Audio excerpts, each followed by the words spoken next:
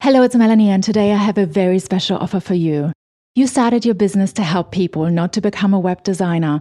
But you know you need a website to grow, and understanding the basics helps you long-term as a founder. In 2025, a well-designed website is still the most impactful way to showcase your work and build credibility. I want to help you get your website done without the tech confusion so you can focus on what you love most, supporting and helping people. I'm multi-passionate and I have been creating side businesses forever. It always held me back until I decided I will not let outside circumstances dictate what I can and can't do anymore. So I learned how to do it myself and everything changed, complete creative freedom. I've created the easiest way to build your website, half done by me, half done by you, co-creating. I set up a premium WordPress template for you. Then you get 6 live trainings, energetic alignment with Tamiana, learn menu setup, colors, messaging, even basic SEO. This is my first ever group program for only 10 founding member spots. And because you're helping me create something so amazing, founding members get this at half price of what this program will be later on. We're opening in September and make sure to sign up for the priority list. Otherwise, you'll miss when we open and they'll probably be gone very quickly. So go to mamawhatsnext.com/join to get on the priority list. I know that what I'm doing makes a difference. And that's my commitment, to be in service to my clients. And that's where it has to come from. You have to give up the fear and of the unknown and all the insecurities and challenges and self-doubt, and just kind of like surrender that it's not about you. It's about something bigger than you. It's about serving someone else, and trust that. Do you know that feeling when you've outgrown your role, even when everyone else thinks you should be satisfied? When you sense there's something bigger calling you, but you can't quite put your finger on what it is? That's exactly where my guest Olivia found herself. While leading international expansions and closing huge deals, managing teams across continents. From the outside, it looked like the perfect corporate success story. But inside, she knew she was meant for something more. In today's episode, I will speak to Olivia Marcu Iordanescu. Olivia is an attorney, entrepreneur, a mom, expat, and legal advisor. So Olivia is supporting entrepreneurs just like you through legal solutions. She helps you streamline legal processes and simplify transactions.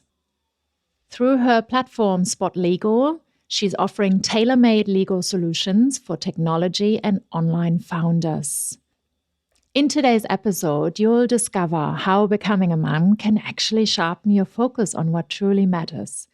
We talk about why moving countries with your family is a completely different game than moving as a single person. We talk about the power of looking at struggles as growth opportunities rather than roadblocks, and how building meaningful relationships in your business is really important because success really comes down to the quality of connections in your life. We also share some thoughts on why competition between women can actually be our greatest catalyst for growth, depending on how we think about it and what perspective we take. The journey from serving large corporations to finding your purpose working with women entrepreneurs, and why that pivot changed everything for Olivia. Welcome to today's interview with Olivia, and it's been a great conversation. I learned a lot. It's been very insightful for both of us, I think. So let's get started. Enjoy today's episode.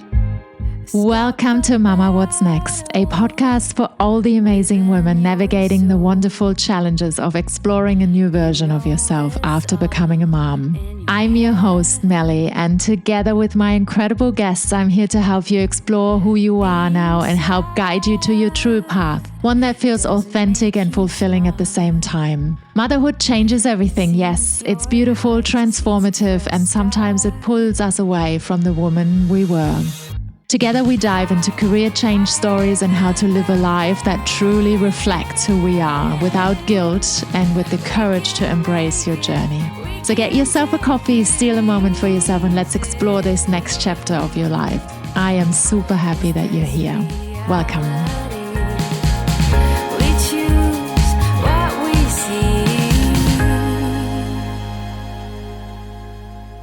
Welcome, Olivia. Thank you so much for joining me today. Oh, thank you very much for having me, Melanie. It's my pleasure to be with you. Oh, thank you. I get to meet so many interesting people always through Mama What's Next and the podcast interview series that we do here.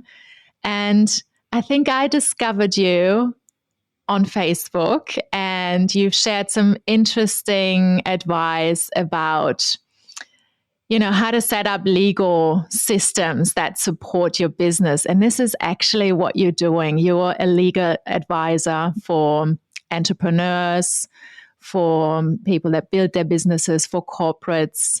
But before we get to that, I would like to just understand, you're based in Germany. Like, have you always lived in Germany? Where did you come from? And how did you come to do what you're doing now and what you're focusing on in your business now? Yeah, it's beautiful what social media has made available to us, that we can connect from across the world. And I have met my fair share of interesting people. In fact, most of my clients are people that I've met through social media. And that's the reason I love social media. You asked me if I've always lived in Germany, and actually my relationship with social media started abroad, so to say. So I was born and raised in Bucharest, Romania. And during my law school years there, I applied for a scholarship to study abroad in the Netherlands. And that's when I started my Facebook account, right? And to keep in touch with people at home. And I remember this, it's really funny because Facebook in the beginning didn't have the possibility to post images of any kind. You would just sort of type, I'm thinking of and then you would write the continuation of that, right? And that's how I started on social media, and I connected with so many people. And if someone had told me back then that I would end up connecting with my clients through social media and creating partnerships and collaborations like the one with you, Melanie, I'd be like, no way, that future doesn't even exist. But this is our current context. Here we are. So I did my master in international and European law in the Netherlands, in Amsterdam, on a scholarship from the Dutch government. And basically nothing was the same after that experience. Going back to Romania, I always felt like I don't fully integrate. And then I started my career right after law school, and I worked in corporate. And then at some point I met my husband. And this was a point in my life where I really knew I want to have children. So I was very straight with him, like, this is what I want. Would you like the same? And then I discovered it's always actually been his dream too, to live abroad. And that's how we created moving out of Romania and creating a future for our children that is international, open-minded, that they can also experience what we experienced living abroad, and we loved it. And that's how we came to move to Germany 6 years ago. And we've been here ever since. And we like it. And that's how I ended up in Germany. I'm living now in the southwest of Germany, very close to the French border, actually. And I continued practicing my profession. I became a qualified attorney at law in Romania. And when I moved to Germany, I registered myself as a member of the German bar and started my own law office here. Wow, yes. So Germany, 6 years. How have you found life so far in Germany? Like coming, with your family, and how have you been able to integrate, and maybe also what kind of challenges have you faced, or if any? Yeah. Well, we faced a lot of challenges. I think a lot of them, that's why they're challenges, right? We didn't even foresee them. It's one thing to move out of your country as a young single person going to study, and it's a completely different game moving with your family. And not just that, but I think like finding my place as a professional in Germany has been a challenge, I have to say. So what happened was when we moved to Germany, my husband got a job offer here, and Germany was not in the plan. We wanted to move either to the UK or back to the Netherlands because they're both English-speaking countries, and also because of work. Like I had prospects through my work to be able to work for the company I was working at that time from a different office, right, than the one in Bucharest. And Germany was not on the radar at all, but because my husband got a full-time contract in Germany, we decided to take that on and make it happen. And at that time, I remember it was before COVID, before the pandemic, and my company agreed that I continue working remotely from Germany. And I didn't see it at the time, but it was a huge thing because it was unheard of. And it wasn't because of the pandemic. It was clearly because they believed in me, the value I brought to the table. I was managing a team. And for a while, I did that. I worked remotely, leading the legal department from Germany, where the team was mostly based in Bucharest, but also we had offices in other countries. And it was challenging. Kids going into school or finding kita places. And then COVID came. And I was homeschooling the kids. And I decided to leave the company and to kind of like recreate, reconsider what my next best move would be.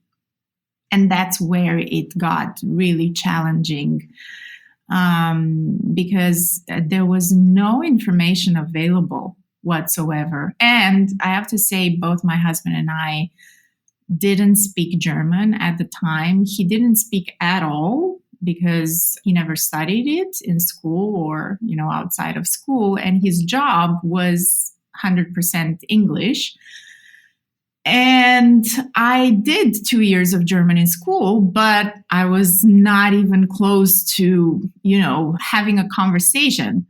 I remember going to the baker, right, and wanting to buy bread. And with the Hochdeutsch I studied in school, I just couldn't understand a word of what was going on in that simple conversation. I would like to have a bread. And then the lady would reply and I would be like, what?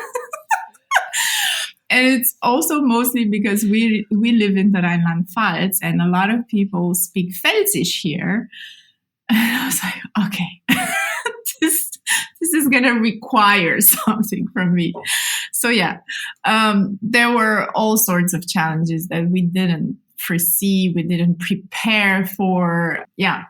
And it's been such a learning curve, I have to say. So you're fluent in Pfälzisch now?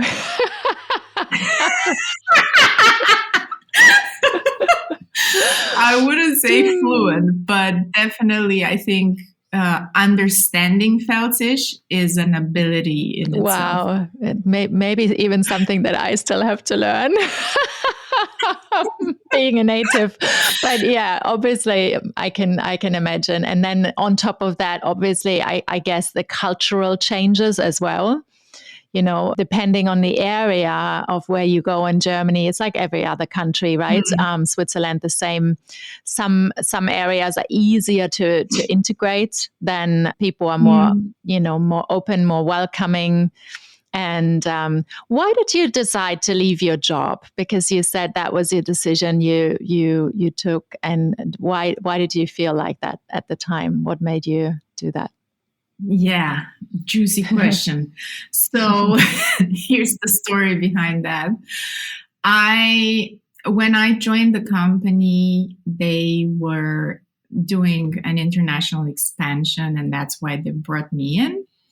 And we did that like for my entire, what was it, 2015 to 2019. I was working in a very small team, international team, making the international expansion happen. And I was in charge of the legal side of things. How do we go into new markets? How do we do it compliantly? And raising funding for that. And for 4 years, we did that. We got licenses across the world in the jurisdictions that the company wanted to go into. And then it all culminated, right? Like the peak of it was raising 175 million euros from Blackstone, who is a New York Stock Exchange investment fund, listed investment fund. And this in itself was a highlight, right? For the company, for me as a professional in my career. And I did this while moving to Germany. So it all happened very, very fast. I was in charge of the transaction.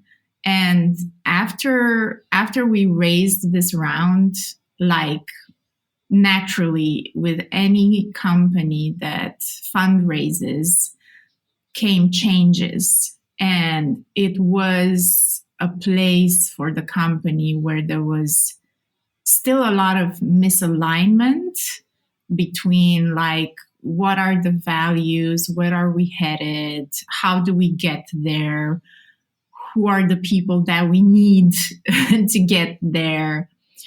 And I didn't feel like I was senior. I had been through this many, many times with the founders I worked with before. I've helped them navigate fundraisers and mergers and acquisitions and team migrations and everything, right? In and out. And at the time, I felt like for me professionally, there was just no more challenge, to be honest. And it was also not necessarily to do with the company, so more to do with myself. Where do I see myself in the longer run? And it started with me looking for a coach to work with in figuring that out. Like, what do I want? What's next for me? Because I couldn't find the mentorship, the partnership that I needed inside the company.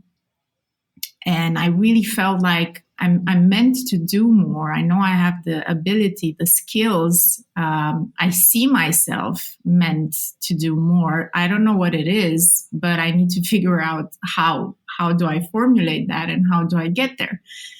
And I remember going to the founder and saying, I want to work with a coach. And he was like, yeah, sure, do that. I was a bit like surprised, but it was very early stages. I remember coaching was not even popular in Romania at the time, and after working with this coach and doing a coaching program that she recommended, and I'll always be grateful to her for that, it just completely transformed the way I see what's possible for myself. Not so much for myself, but by putting my skills in the service of others. Okay. And after I did all of this coaching, I went back to the founder and I said, Sasha, I want to leave the company. And he was like, why? What happened? I said, nothing. I want to build something of my own. And it's not going to happen inside the company, and where you are right now, it's not going to work. And that was it. Wow, wow. Yeah, I can totally feel the way you explained it. You had outgrown that whole role, even though like that's listening to you explaining your journey and the work you were doing with all these massive like mergers and acquisitions is really quite interesting work. I think lots of lawyers, legal advisors would love that kind of work and they would be satisfied with it. And yet you got to a place where you felt that I want more, I want something different. Or was it the different? Maybe also a question I would like to ask, has you being a mom changed any of your views, with regards to how you want your career to be, what work means for you, what career does mean for you, where you see yourself and how you plan your life going forward? I never thought of it this way, or at least not in the beginning when I made the decision. But maybe, just maybe, now that you're asking me this, maybe once I became a mom, I just also became that kind of person that doesn't have time to fool around. And I really got present to, I have all these skills and abilities, I'm capable. What's really standing in the way for me to accomplish something that's, a lot bigger than what I'm doing right now? And it's just a question of creating what you need to accomplish that. And the moment I saw that, there was no time to BS or, play around. It's just, it has to happen. The urgency is now. If it's not now, then maybe being a mom really put things into perspective like that I'm not going to wait for, some years to go around and then not do what I see is meant to be done. Hey, it's Melly from Mama What's Next, and thank you so much for listening today. Did you know we actually have a free membership at mamawhatsnext.com where you can connect with like-minded moms and find tools to help you navigate your next steps with confidence. And if you ever feel like you need a little more personal guidance to help you figure out what comes next for you, I am here to support you one-on-one as well. I know what it's like to feel you've lost yourself, to start from zero in a new country, pivoting and transforming a career. I have done it several times alone as a single mom across 4 countries. And I would love nothing more than helping you rediscover yourself, see your potential, and build a work life that feels aligned with who you truly are. So if that sounds like something you'd love, come and visit me at mamawhatsnext.com. I'd love to hear from you.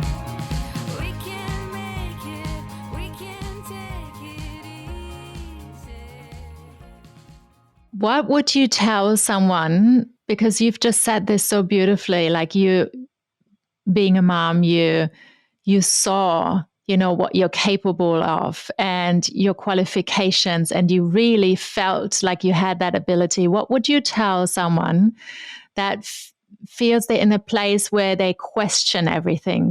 There's lots of women that take a break from their career. Sometimes they, there's a beautiful one I came across. She is advocating for the power pause. Which is a powerful pause, not a break from everything. Yeah.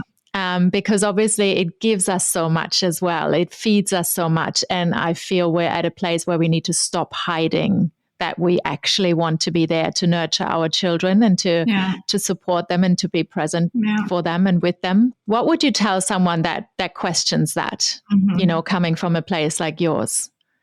I can only share from my own experience, and take it or leave it. I don't think I'm how to say. Yeah, I think one of the things is, it's not that there's something wrong.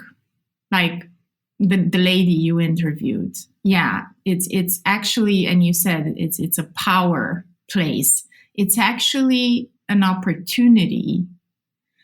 If you start doubting yourself or the work or things in your life or relationship, whatever it is you're dealing with, the way I relate to this is, it's an opportunity for me to grow and learn. And I think the fact that we don't know what's on the other side of this struggle makes it heavy and challenging. And, it can come with even negative emotions. Like in this period of time, in these 6 years, I went from leaving a successful corporate leadership role to going through homeschooling, and then what do I do next in my career? Applying for jobs in Germany and never landing one, actually, to starting my own law firm in a new country where I had zero connections, to going through perimenopause, to, all of it. So it came with an incredible amount of challenges. But I think what's really important is that we look at this as, I'm growing. Like, I think my biggest realization in this experience has been, I never stopped learning and growing and just finding out something new about myself. Yes, that's just wonderful. I love the way you look at this. And are there any tools or things or mentor, maybe it's still mentoring, maybe it's different tools that you use to stay connected and to give you support and to strengthen you, to help you work through challenging times like these that you just mentioned? Yes, I did do a coaching program. This was actually right before we moved to Germany. And then I continued on this pathway in this education. And I trained myself to coach. And it has made a tremendous difference in my life. And not just doing it myself, but also having people in my life who have done the program, the education, like both people in my personal life, my husband, my mother, but also friends or people I work with. And it really shifted the way I kind of have my ecosystem, my relationships, because at the end of the day, I think our success is really given by not the amount, but the quality of the relationships in our life.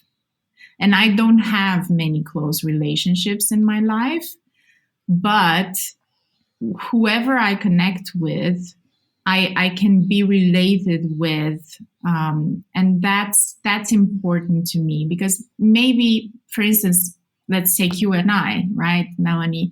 Maybe we're not going to end up being the friends that meet for coffee in the morning or have a glass of, I don't know, Sekt, right, when we go out, because of the distance. It's just is what it is. But right here, right now, I can have this affinity with you that we can relate to each other, and that's very, very enriching to me as a human being. And it's important. I want my interactions to make a difference and really feel connected with people. Yes. Oh, that's beautiful. And obviously, building your own law firm, that's something you can strategically, direct and make sure that you work with the right people and attract the right people to the business. Have you found that easier to work to have clients that you love working with? Where do you find most of your clients? Like, do you find them in Germany? Are they mostly expat people that live in Germany, or is it Europe wide? Like, what's your kind of like, the services that you offer? Where's the focus basically? Mm-hmm. Well, that was also a journey. Like I never take it for granted. That's one of the lessons I got out of being an entrepreneur. So I know the entire market sort of like, teaches us that we need to figure out who our ideal client is and pitch to that ideal client over and over again. And there are all these formulas and exercises that you can do to figure that out.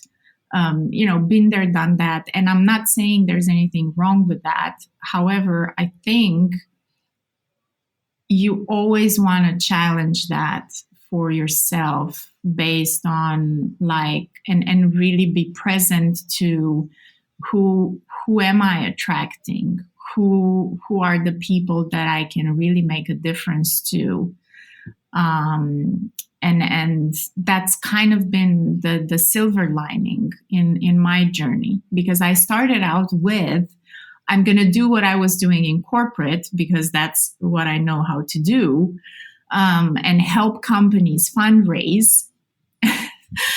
And then I ended up, so today most of my clients are women who are solopreneurs, whether they started their business in e-commerce or in the services industry as coaches or professional consultants in different areas. They are experts, in their fields.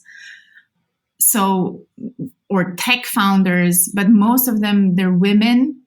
Most of them, they're in the beginning of their journey. And I love that, because I know my legal advice and support makes a difference to them.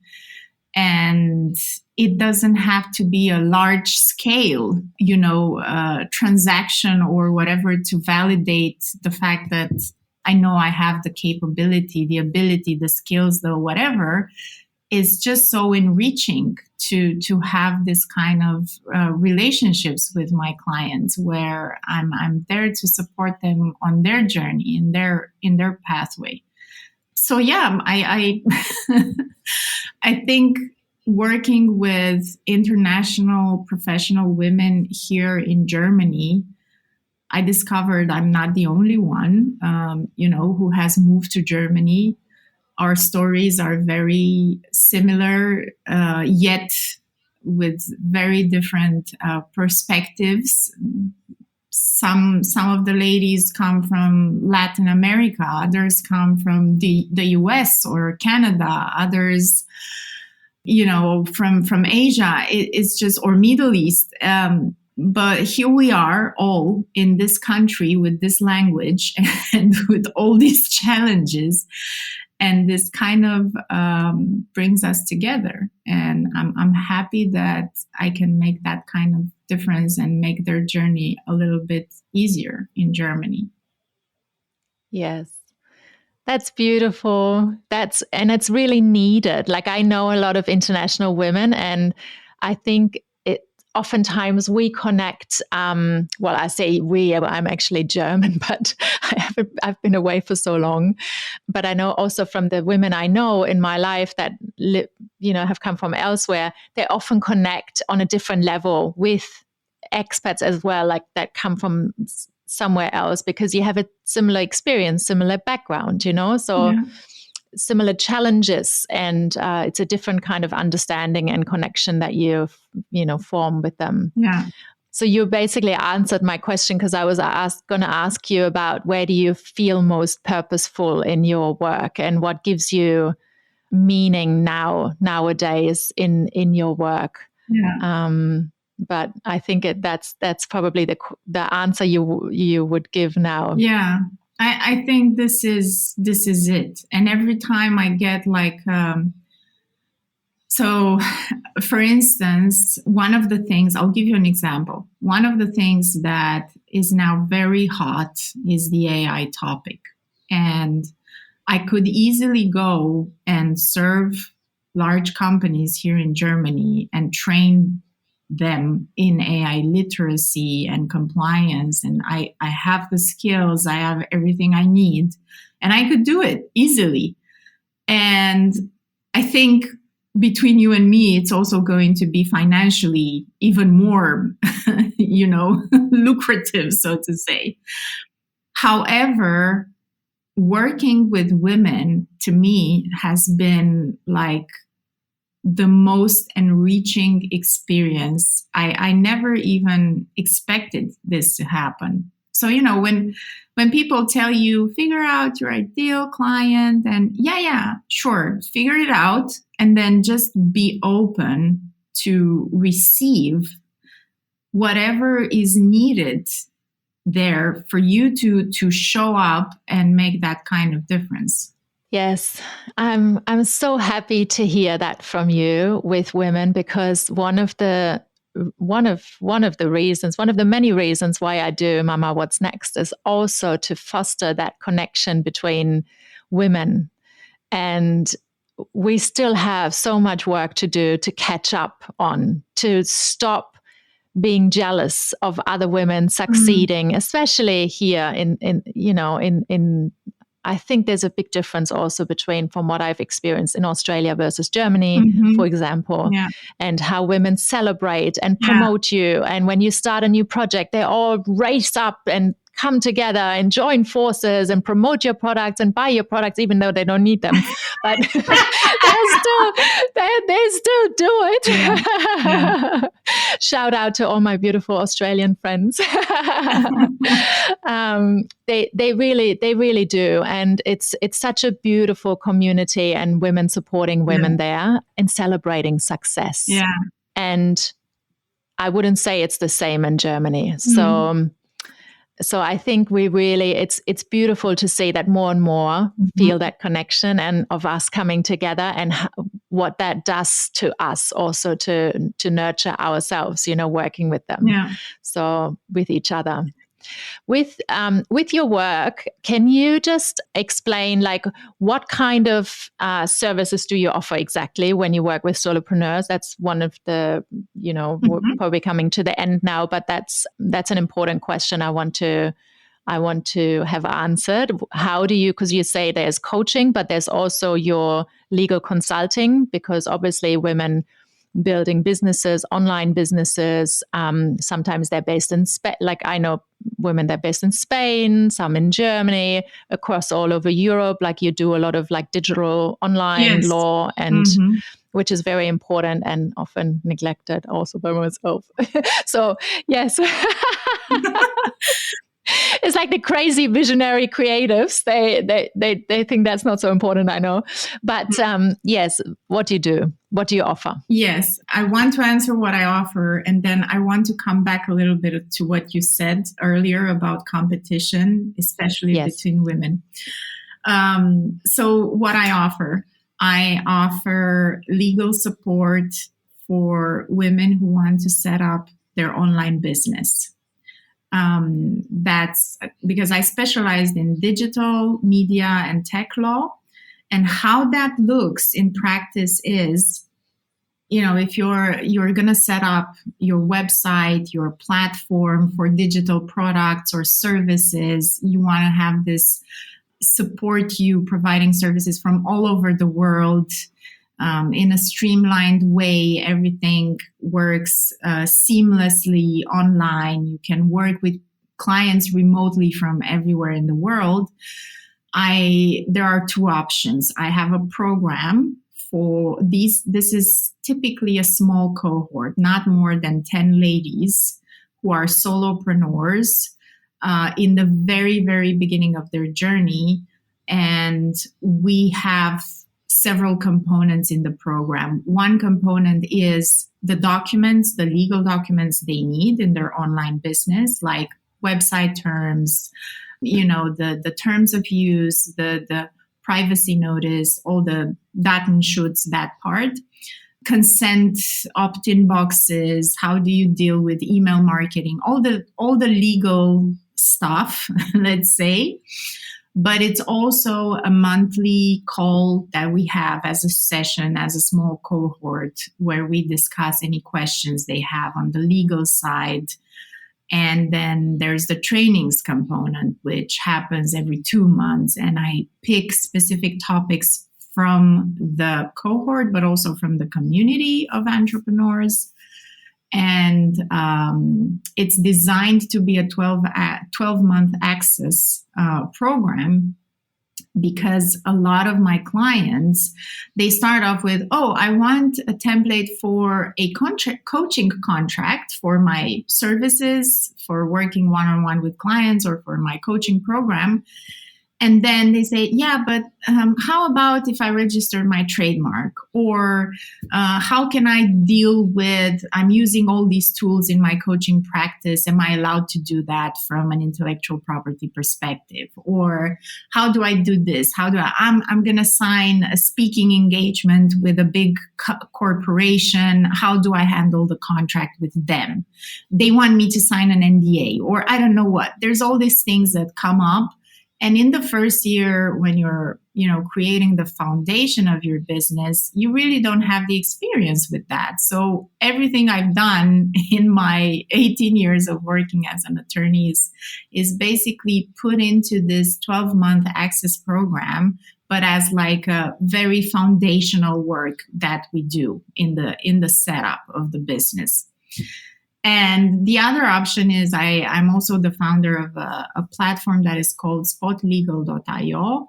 And this is a platform for legal templates for those entrepreneurs who say, no, I want to do it myself in the beginning. And when I grow and I get to that level where I want the support, I need more support, then I will be coming to you. But in the beginning, I want to have the bare minimum on my website, on my landing pages, and I'll reach out when I'm ready for more.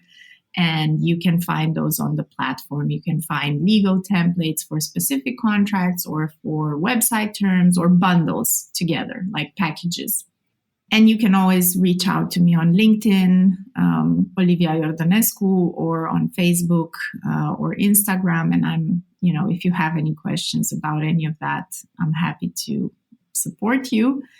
But coming back to the competition question, I love that you brought this up. It really lights me up to talk about that. Mm-hmm.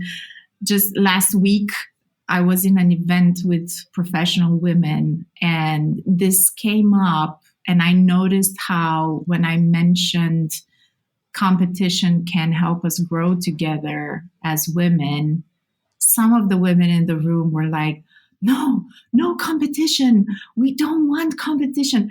And they got a little bit triggered, about that. And I think we just need to reconsider how we relate to competing, because maybe our past has taught us from school, at least in my case, that, it's all about being better than the other. And that's not how I relate to competing with other women. I got that the only person I'm competing with is myself, first of all. However, on top of that, I always compare myself to other women to inspire myself of what's possible. And it does motivate me to be a better professional. Like if you're using that to disempower yourself, of course, it's not going to work. But I really found a place inside of that where, okay, well, she's doing this and actually, it's just so inspiring. Could I be doing this? How would I do it better? How would it look in my business? How would I improve the things that I'm doing like right now? And I think we just need to shift that.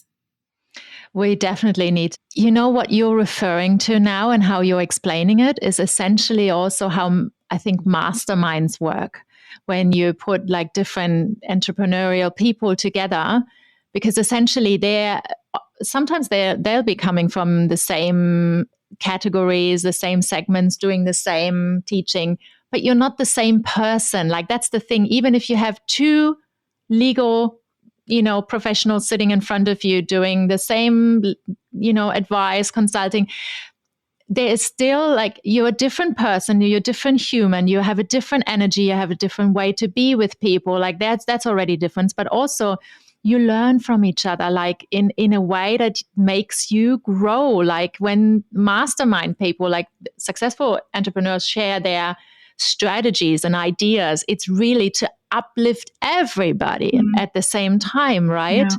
And I think we're scared that the other, and that's like so ingrained in us, like also in women, like generally, also in relationships with like in relation to men, like we're so scared still, like that the other could take something from us, right? Yeah.